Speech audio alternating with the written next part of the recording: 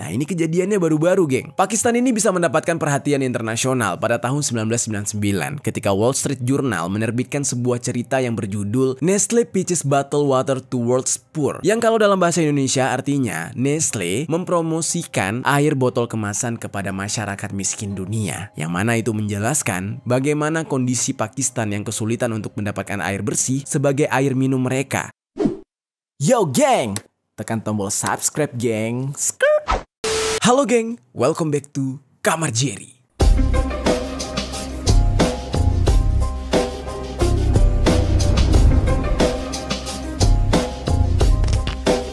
Geng, hari ini kita bakal membahas sebuah brand internasional yang kalian pasti sudah nggak asing lagi dengan brand yang satu ini. Karena produknya banyak banget dijual di mana-mana, ya salah satunya di warung-warung terdekat di rumah kalian, yaitu produk Nestle.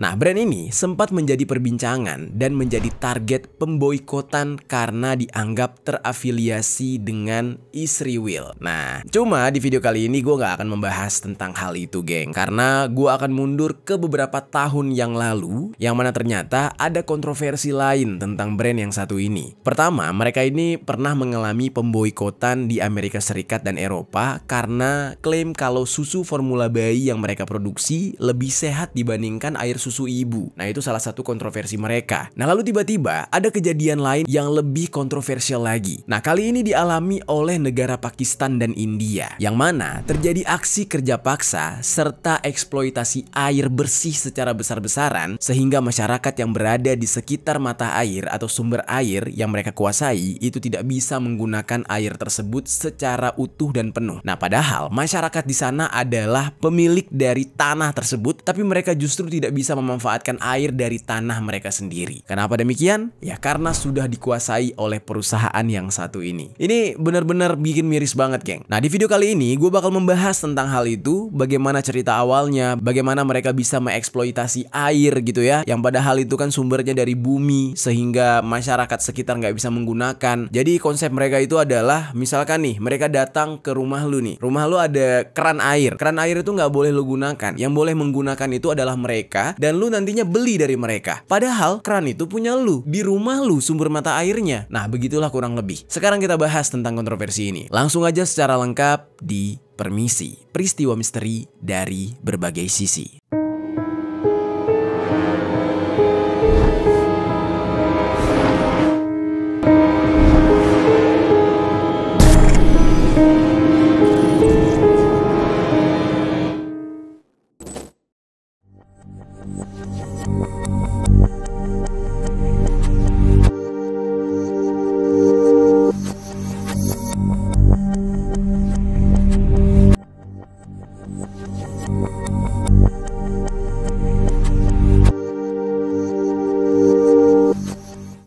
Untuk pembahasan yang pertama nih ya, ini cukup epik lah ya, yaitu kontroversi mengenai eksploitasi air yang dilakukan oleh brand Nestle.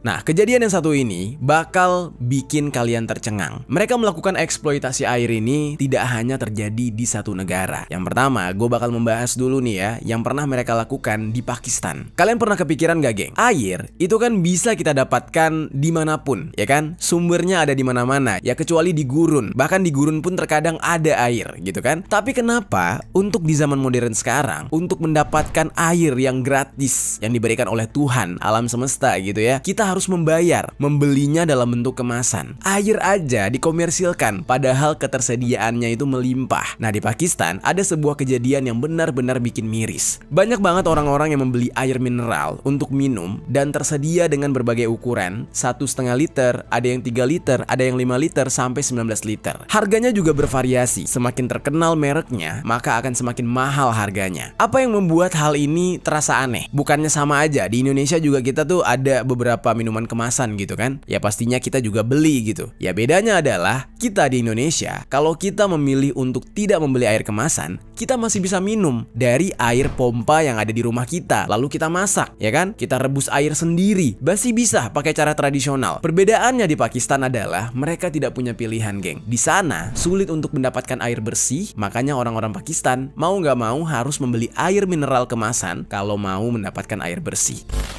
More extreme to not have something as basic as water. Water has become very valuable.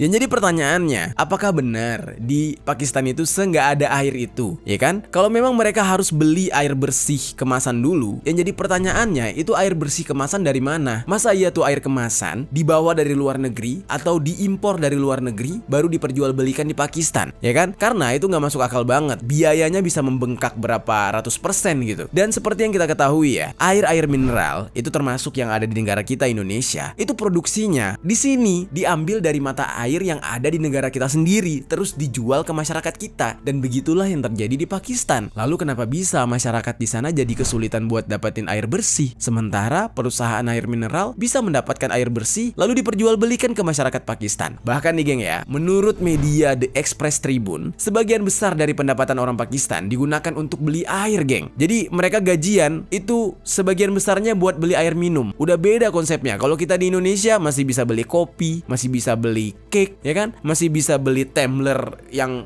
mahal-mahal. Di sana sebagian besar pendapatannya untuk beli air bersih, untuk air minum, dan bahkan sampai air mandi.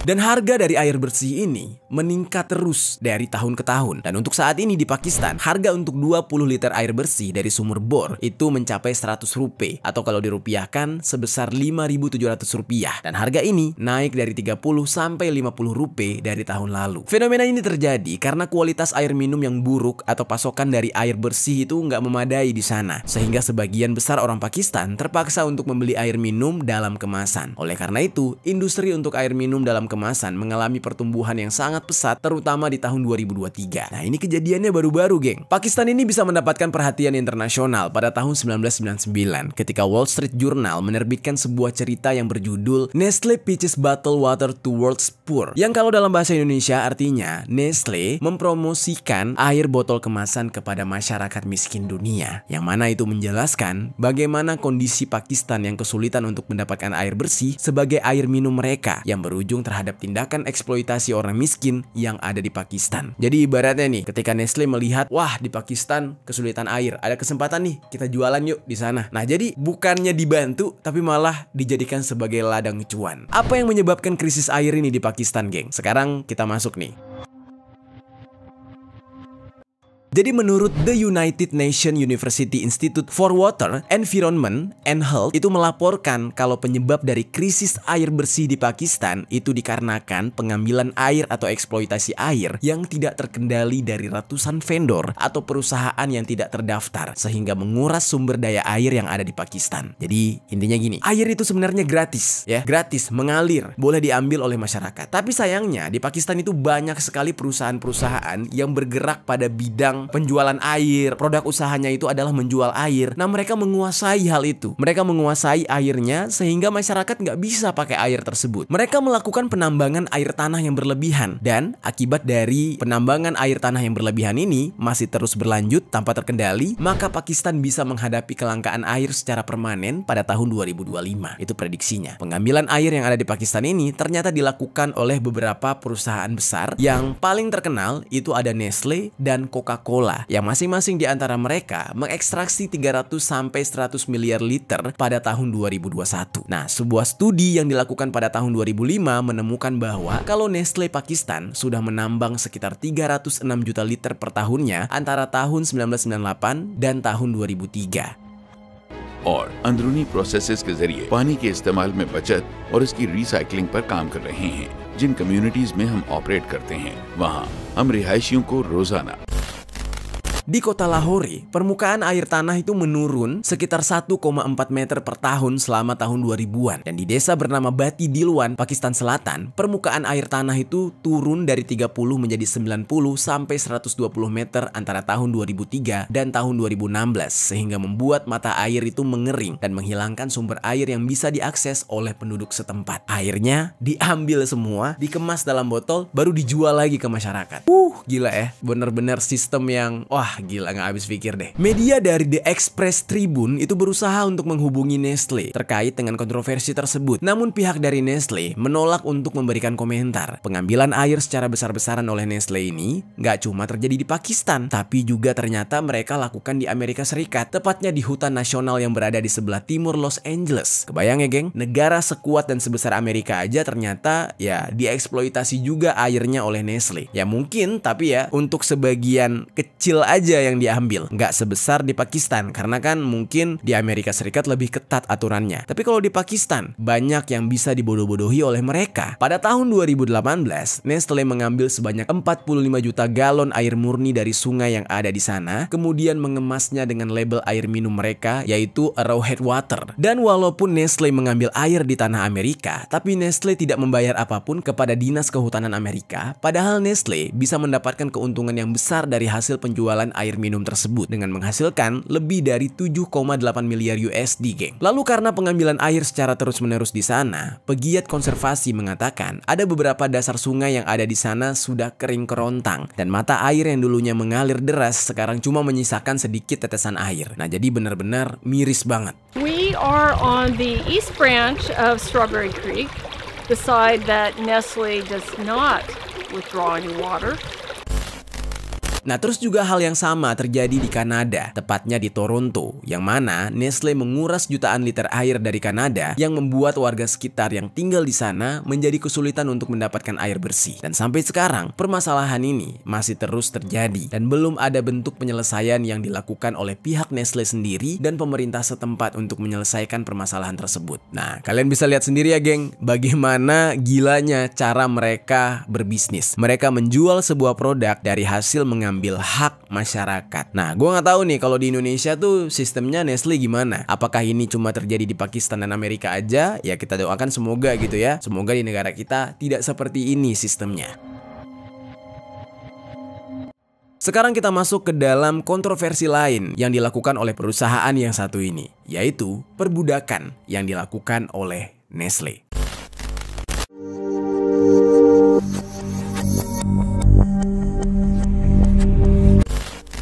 Jadi geng, Nestle ini sebagai perusahaan industri makanan dan minuman itu ternyata tidak cuma memproduksi air mineral, tapi juga ada produk-produk lainnya yang salah satunya adalah coklat. Di dalam mereka mengolah produksi makanan coklat mereka, Nestle ini ternyata memiliki kebun kakao yang ada di daerah Afrika Barat. Sebab Afrika itu adalah asal dari produksi 72% kakao yang ada di dunia. Nah, jadi tumbuhan kakao ini tumbuh banyak dan subur di sana. Nestle itu membeli sekitar 60% kakao yang ada di Afrika Barat. Dan pada tahun 2001, Nestle ini menandatangani protokol Hurricane Angel, yaitu sebuah perjanjian sukarela untuk menghentikan dan mengakhiri perilaku yang tidak baik terhadap pekerja yang di bawah umur. Nah, kalau dilihat dari situs resminya, bisnis mereka ini di Afrika Barat itu disusun menjadi sebuah rencana yang disebut dengan The Nestle Cocoa Plan yang diperkenalkan pada tahun 2009 dengan tujuan untuk meningkatkan keuntungan petani, memproduksi kakao berkualitas tinggi, dan mengatasi rantai pasokan seperti pekerja di bawah umur, lalu ketidaksetaraan gender dan kondisi sosial yang buruk yang ada di Afrika Barat. Upaya ini juga sebagai kepatuhan Nestle di dalam protokol Hurricane Angel tersebut, geng. Dan untuk bisa mewujudkan hal ini, Nestle bekerja sama dengan mitra independen seperti Fair Labor Association, lalu ada International Cocoa Initiative, World Cocoa Foundation, dan UTZ Certified untuk mengatasi para pekerja-pekerja di bawah umur dan meningkatkan pertanian kakao dan memberikan transparansi serta kredibilitas dari rencana tersebut. Lalu output yang diberikan oleh The Nestle Cocoa Plan seperti berkomitmen untuk bisa membangun atau merenovasi paling tidak 40 sekolah di sana pada tahun 2012, terkhususnya di daerah Pantai Gading. Nah, lalu pada tahun 2015, Nestle ini berhasil membangun dan merenovasi sebanyak 42 sekolah bersama dengan mitra mereka, sehingga ada sebanyak hampir 3.000 anak yang bisa bersekolah untuk pertama kalinya produksinya di daerah tersebut. Karena di daerah itu memang ya bisa dikatakan daerah tertinggal. Di negara Ghana, Nestle sudah membangun 3 sekolah dan 8 sumur bor yang sangat berguna bagi 14.000 orang yang ada di sana, serta membangun Village Resource Centers atau disingkat dengan VRCS sebagai bagian dari rencana mereka. Nah, terus juga Nestle berupaya untuk memberdayakan para perempuan agar bisa bekerja sebagai petani, sehingga nggak cuma kaum laki-laki aja yang bisa bekerja di kebun kakao milik Nestle yang ada di Afrika Barat, tapi juga perempuan bisa bekerja di sana agar mereka bisa lebih produktif dan mendapatkan penghasilan serta skill. We recently seeing in terms of its impact over time to reduce child labor by more than 50%. These are compelling results. Nah, namun yang harus kalian ketahui, geng, semua yang gue sebutkan tadi itu adalah rencana Nestle dan tertera di website mereka. Upaya-upaya tersebut dilakukan oleh Nestle ya terlihat sangat baik karena nggak cuma memikirkan keuntungan mereka pribadi yang akan mereka dapatkan dari kebun kakao mereka yang ada di Afrika Barat, tetapi juga mereka berupaya untuk memberdayakan masyarakat yang ada di sana. Kalau kita lihat dari tulisan yang ada di websitenya. Nah, namun ternyata, geng, semua yang gue sebutkan tadi itu yang gue baca dari website mereka tidak sesuai dengan kenyataan yang ada di lapangan. Nah, di balik rencana yang baik tersebut, ternyata Nestle masih menjalankan praktik perbudakan untuk yang di bawah umur. Bahkan ini sudah terjadi lebih dari 10 tahun. Jadi, geng, ada sebuah serikat buruh yang bernama International Labor Rights Fund atau yang disingkat dengan ILRF yang mengajukan gugatan terhadap beberapa perusahaan yang salah satunya termasuk Nestle pada tahun 2005. Di dalam gugatan tersebut, ILRF ini menuduh kalau Nestle terlibat dalam perdagangan orang, penyiksaan juga, dan kerja paksa terhadap mereka yang masih di bawah umur. Kaget nggak tuh? Emang benar kayak gitu? Ya, jawabannya kita bisa lihat nanti, geng. Karena ini nggak mungkin serikat buruh melaporkan perusahaan sebesar ini tanpa alasan, gitu kan? Nah, dan gugatan ini diajukan atas nama sekelompok remaja-remaja yang berasal dari negara Mali yang diperdagangkan ke Pantai Gading. Dan dikatakan mereka dipaksa bekerja selama 12 hingga 14 jam sehari tanpa diberikan upah. Mereka hanya mendapatkan sedikit makanan dan sedikit waktu tidur dan sering mendapatkan tindakan kekerasan. Apa yang dilakukan oleh Nestle beserta perusahaan lain ini dianggap melanggar The Torture Victims Protection Act atau Undang-Undang Perlindungan Korban Penyiksaan. Gugatan tersebut diajukan ke Pengadilan Distrik Federal Los Angeles dan di bulan September tahun 2010, Pengadilan Distrik menetapkan kalau perusahaan tidak bisa diminta pertanggungjawaban atas pelanggaran hukum internasional serta menolak gugatan yang diajukan oleh ILRF ini. Ya, namanya juga perusahaan besar dan kuat ya, geng. Serikat buruh ya punya apa? Bisa apa? Emang ada power untuk menuntut perusahaan sekelas Nestle ini? Ya, akhirnya mereka gugatannya ditolak dan kasus tersebut sempat diajukan banding ke Pengadilan Banding Ninth Circuit dan membatalkan keputusan tersebut sehingga tuntutan dari ILRF bisa dilanjutkan. Namun Nestle mengajukan banding ke Mahkamah Agung agar bisa membatalkan keputusan tersebut, namun Mahkamah Agung justru menolak banding dari Nestle pada tahun 2016 sehingga keputusan dari Ninth Circuit ini tetap berlaku. Nah, kemudian berdasarkan sebuah laporan dari Fair Labor Association atau FLA yang gua ambil sumbernya dari The Guardian, kalau ada sebanyak 56 pekerja yang berusia di bawah 18 tahun dan 27 diantaranya di bawah 15 tahun. Nah, jadi masih bocil-bocil. Dan di salah satu pertanian yang ada di distrik Divo, FLA menemukan adanya praktik kerja paksa di mana ada seorang pekerja di bawah umur yang tidak menerima upah selama setahun bekerja di sana. Dia cuma dikasih makan doang. Dan FLA sendiri ini sebenarnya ditugaskan oleh Nestle sendiri, geng, untuk menyelidiki hak-hak pekerja yang ada di perkebunan Afrika Barat pada tahun 2013. Nah, kenapa demikian? Kok Nestle menugaskan FLA? Kayak seolah-olah menjebak diri mereka sendiri. Nah, nggak gitu konsepnya. Nah, pihak Nestle ini diminta atau didesak oleh pihak internasional. Nah, di saat itu Nestle merasa perusahaan mereka kan gede banget, kebunnya juga banyak. Mereka nggak mungkin bisa ngontrol semuanya. Nah, makanya pihak internasional minta Nestle, cek dong perusahaan lu, cek dong perusahaan kalian. Bener nggak kalian ini sudah sesuai aturan? Jangan-jangan ada nih pihak-pihak yang bekerja untuk kalian, tapi kalian nggak tahu kalau mereka itu masih di bawah umur. Nah, makanya Nestle menugaskan FLA. Akhirnya ditemukanlah fakta tersebut dan ternyata ditemukan masih ada remaja di bawah umur yang dipekerjakan di perkebunan kakao milik Nestle, yang mana itu sendiri sudah melanggar kode etik yang dibuat oleh Nestle sendiri, yaitu melarang penggunaan pekerja di bawah umur di dalam rantai pasokan mereka. Nah, walaupun Nestle sudah melakukan upaya yang besar untuk memberitahu para petani dan mengedukasi mereka perihal kode etik Nestle. Namun sayangnya, para petani masih memiliki kesadaran yang rendah untuk memenuhi kode etik tersebut. Dan masih ditemukan banyaknya petani yang terkadang tidak hadir pada saat sesi pelatihan karena dianggap tidak penting buat mereka. Nah, jadi ada sebanyak 24 pekerja di bawah umur yang bekerja di perkebunan Nestle sebagai petani bersama dengan orang tua mereka sebenarnya. Nah, jadi mereka itu bisa dikatakan ada yang sekeluarga. Bapaknya kerja di perkebunan, anaknya juga ikut.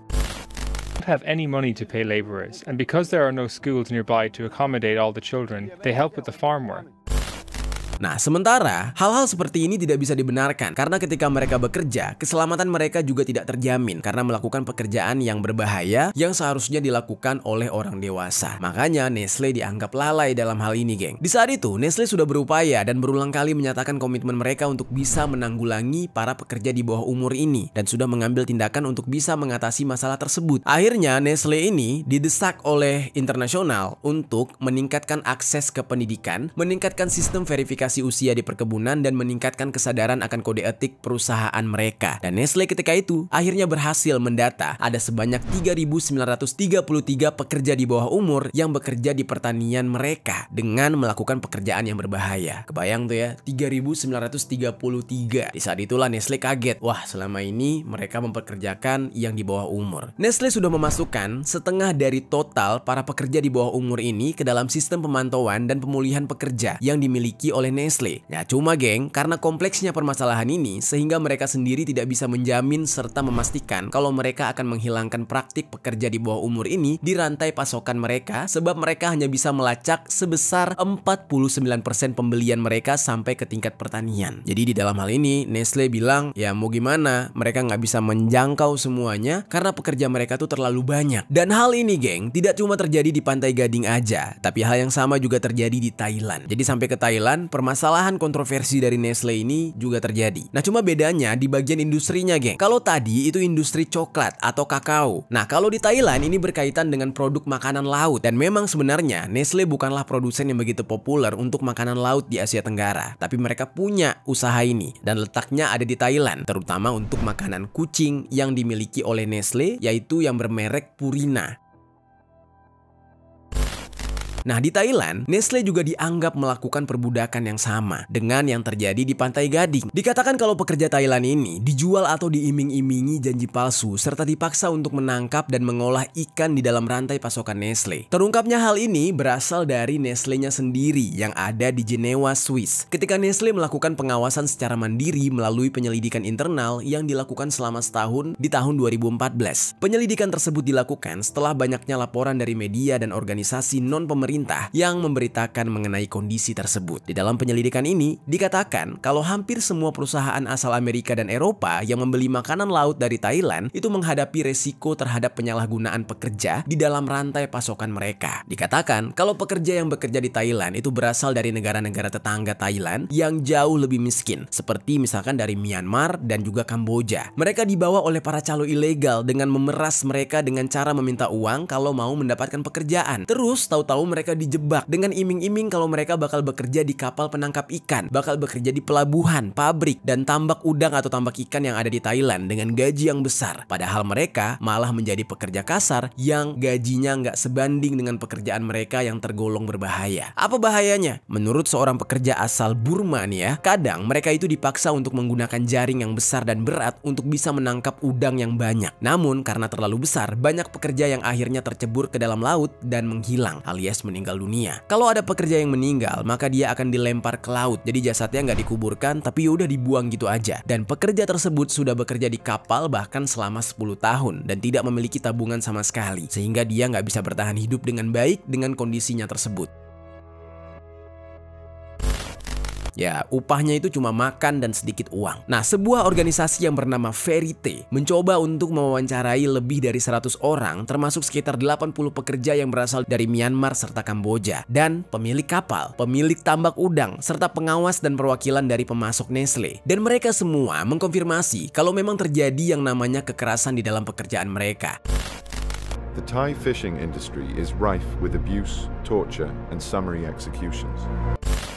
Nah, namun ketika dimintai keterangan kepada pihak manajernya, ini semua dibantah. Pihak manajernya mengatakan kalau kekerasan yang terjadi bukan karena resiko pekerjaan, tetapi karena para pekerja yang senang mabuk katanya, dan memang hobi berkelahi. Nah, logiknya nih ya, buat apa mereka melakukan hal itu kalau mereka aja niatnya nyari nafkah gitu kan? Dan kapten dari kapal penangkap ikan itu juga jarang memeriksa usia dari para pekerja, sehingga ada beberapa pekerja yang masih di bawah umur yang dipaksa untuk bekerja di sana. Dan para pekerja di sana mengatakan kalau mereka bekerja itu tanpa istirahat. Makanan dan air yang tersedia juga sangat sedikit. Nggak bisa melakukan kontak dengan orang lain, dan mereka diberikan identitas palsu agar tidak ada yang tahu kalau mereka adalah pekerja ilegal. Nah, lalu mengenai isu ini, Nestle pun akhirnya dituntut pada bulan Agustus tahun 2015. Yang menuntut ini adalah konsumen dari makanan hewan dengan mengajukan gugatan class action. Nah, class action ini adalah gugatan yang diajukan oleh pihak yang dirugikan dalam jumlah yang banyak dan memiliki kepentingan yang sama. Para konsumen ini menuduh kalau makanan kucing mereka, yaitu Fancy Feast, yang merupakan produk yang dihasilkan atas kerja paksa yang terkait dengan Thai Union Frozen Products sebagai distributor utama yang bekerja sama dengan Nestle. Nah, di dalam hal ini, Nestle sendiri berjanji untuk melaporkan penanganan terhadap kasus ini kepada publik setiap tahunnya. Jadi Nestle benar-benar setelah dituntut tuh kayak ya udah, kami bertanggung jawab, kami bakal update terus kepada kalian tentang apapun yang sudah terjadi, apapun kesalahan kami, kata Nestle. Nah, jadi itu adalah kontroversi kedua. Sekarang kita masuk ke dalam kontroversi ketiga, yang ini sebuah kontroversi yang benar-benar heboh banget pada masanya, yaitu ketika Nestle mengklaim susu formula mereka untuk bayi dikatakan lebih bagus daripada ASI alias air susu ibu.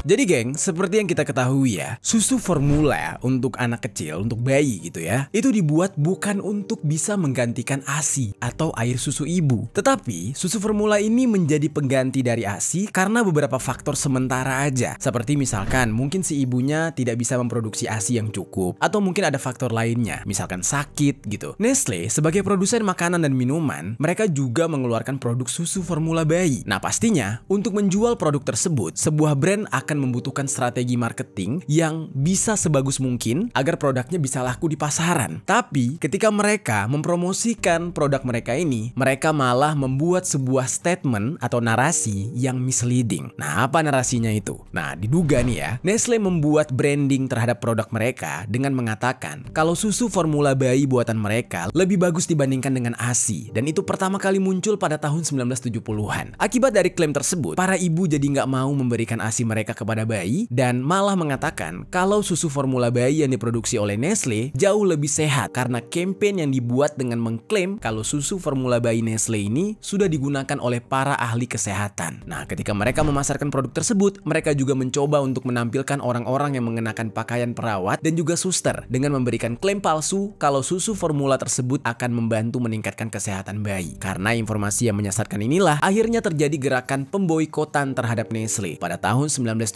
di Amerika Serikat dan ikut menyebar ke negara-negara Eropa. Ya, kenapa demikian? Walaupun ini hanya ajang promosi, tapi tidak semua ibu-ibu di dunia ini tuh, ya maaf kata nih ya, nggak semuanya pinter. Mereka tuh termakan dengan iklan. Apalagi di tahun 1970-an. Yang namanya iklan itu kan, ya mereka masih telan mentah-mentah. Karena sumber informasi tidak sebanyak sekarang. Kalau sekarang kita bisa akses berbagai informasi dari internet. Kalau dulu, semuanya terbatas. Apa yang ada di iklan, apa yang ada di pamflet, atau mungkin apa yang ada di televisi zaman dulu, itu yang dipercaya oleh masyarakat. Lalu singkat cerita, kemudian pada tahun 1981, WHO membuat sebuah aturan ketat mengenai iklan yang melarang promosi produk susu bayi yang mengatasnamakan kalau produk itu lebih baik daripada ASI. Karena hal itu, Nestle pun memutuskan untuk mengikuti peraturan yang dibuat dan berhasil menghentikan pemboikotan di Amerika Serikat pada tahun 1984. Nah, yang awalnya mereka cukup kelabakan karena diboikot. Nah, tapi strategi marketing seperti itu ternyata nggak cuma terjadi di Amerika dan Eropa aja, geng. Mereka juga melakukannya di negara-negara berkembang seperti Pakistan pada tahun 1990-an. Jadi kayak nggak kapok gitu. Tahun 70-an mereka sudah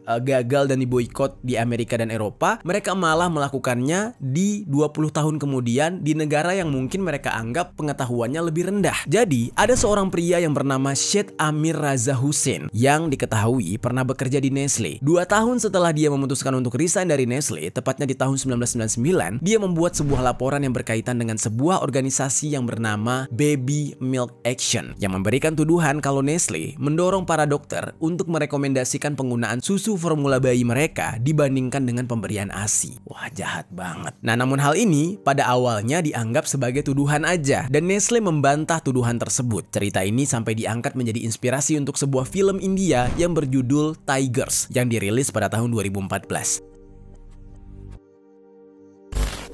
Lalu geng, singkat cerita, berlanjut lagi nih, di bulan Mei tahun 2011, ada 19 lembaga swadaya masyarakat atau LSM internasional yang berada di Laos. Di antaranya ada Save the Children, ada Oxfam, ada Care International, dan Plan International, serta World Vision, membuat gerakan boikot terhadap Nestle dengan sebuah surat terbuka yang ada di dalamnya tertulis kalau Nestle sudah melakukan praktik yang tidak etis, termasuk dengan kesalahan Nestle dalam menerjemahkan label dan informasi kesehatan ke dalam bahasa lokal dan menuduh kalau perusahaan tersebut memberikan insentif kepada dokter-dokter serta perawat lokal kalau mereka mempromosikan penggunaan susu formula bayi. Nah, jadi ibaratnya mereka itu berusaha untuk memanipulasi segala informasi, bahkan sampai membayar dokter supaya produk mereka laku. Nah, namun lagi-lagi Nestle membantah klaim tersebut atau tuduhan tersebut dan justru meminta para penuduh ini untuk mengaudit perusahaannya. Nah, akhirnya dilakukanlah audit dan yang melakukan auditnya itu adalah Biro Veritas. Nah, di dalam auditnya tersebut menunjukkan kalau ternyata ditemukanlah Nestle melanggar apa yang sudah ditetapkan oleh WHO dan pelanggaran tersebut ternyata tidak terjadi di seluruh bagian dari Nestle tapi hanya terjadi di sekitar 4% gerai retailnya Nestle. Nah, dari situlah pihak Nestle sendiri kaget, ternyata mereka kecolongan. Kemudian ada juga penyelidikan terkait klaim Nestle yang menyesatkan terhadap produk susu formula bayi ketika mereka mempromosikan produk mereka di Cina pada tahun 2011. Dikatakan kalau Nestle ini sempat menyuap staf rumah sakit untuk bisa mendapatkan catatan medis pasien dan mendorong agar para staf rumah sakit merekomendasikan susu formula mereka untuk bisa meningkatkan penjualan. Dan apa yang dituduhkan kepada Nestle ini melanggar peraturan yang ada di Cina yang dibuat pada tahun 1995 yang bertujuan untuk menjamin ketidakberpihakan staf medis dengan melarang rumah sakit dan institusi akademis untuk tidak mempromosikan susu formula instan yang salah satunya adalah produk Nestle kepada keluarga. Nah, oleh karena itu 6 karyawan dari Nestle di saat itu sampai dijatuhi hukuman penjara mulai dari 1 sampai dengan 6 tahun. Nah, jadi ada beberapa negara yang memang menjadi korban dari Nestle. Nah, lalu gue juga mendapatkan informasi dari The Guardian. Ada sebuah laporan yang diberikan oleh Changing Markets Foundation yang menemukan bahwa Nestle sudah memasarkan susu formula bayi dengan mengklaim kalau susu tersebut mirip dengan ASI. Padahal campaign seperti itu udah dilarang oleh WHO. Nggak boleh sama sekali. Di dalam laporan itu disebutkan kalau ada lebih dari 70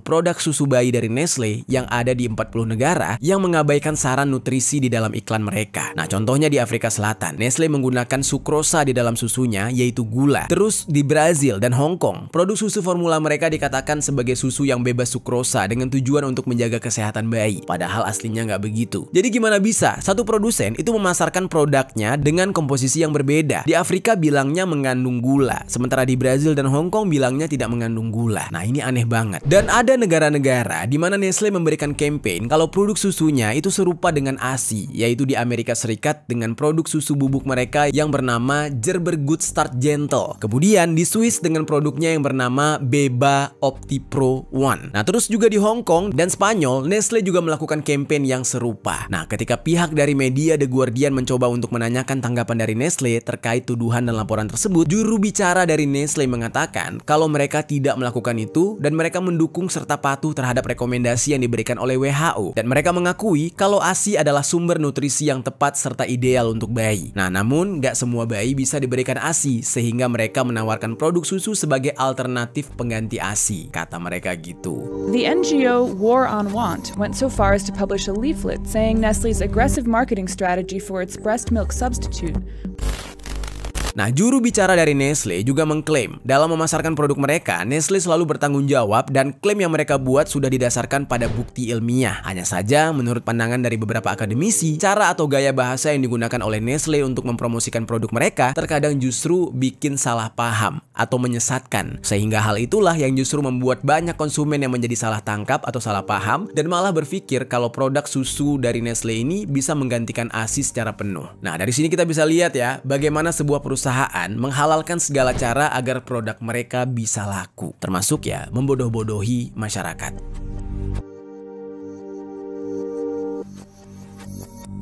Itu dia geng, beberapa kontroversi dari Nestle, tapi yang menjadi titik fokus gue adalah ketika mereka mengeksploitasi air. Sebenarnya masih banyak lagi nih kasus-kasus yang melibatkan Nestle ini, dan kontroversinya seperti salah satunya itu terjadi pada tahun 2009, yaitu ada adonan kue yang diproduksi oleh Nestle yang dikatakan itu tercemar oleh wabah E. coli di pabrik mereka yang ada di daerah Danville, Virginia. Nah, terus terjadi juga pada tahun 2015 ada regulator keamanan pangan dari negara bagian Uttar Pradesh, India menemukan kalau sampel mie Maggi yang diproduksi oleh Nestle di India itu mengandung timbal 17 kali lebih banyak dibandingkan batas aman yang diperbolehkan untuk kesehatan manusia. Dan hal tersebut membuat penjualan mie Maggi buatan Nestle ini dilarang di sana selama hampir 15 hari. Nah, ternyata banyak banget ya geng kontroversinya, dan padahal Nestle ini banyak sekali dikonsumsi oleh masyarakat. Dan apa boleh buat, dengan kontroversi tersebut mereka menjadi salah satu brand internasional yang banyak dan sering sekali tersandung oleh kasus. Oke, itu dia geng pembahasan kita hari ini mengenai kontroversi dari brand Nestle. Gimana menurut kalian tentang pembahasan kita kali ini? Coba tinggalkan komentar di bawah.